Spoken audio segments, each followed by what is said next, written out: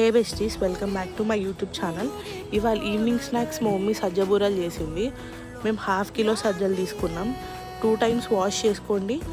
Minimum 6 to 8 hours అనేవి ఇవి నానాలి. ఇవి నానినవి కంప్లీట్లీ వాటర్ డ్రైన్ చేసుకోవాలి. వాటర్ అయితే ఉండకూడదు. వాటర్ ఉంటే కనుక మీకు మళ్ళీ పిండి సరిగ్గా రాదు. సో ఈ డ్రైన్ అయిన మొత్తం తీసుకొని ఒక మిక్సర్లో వేసుకోండి.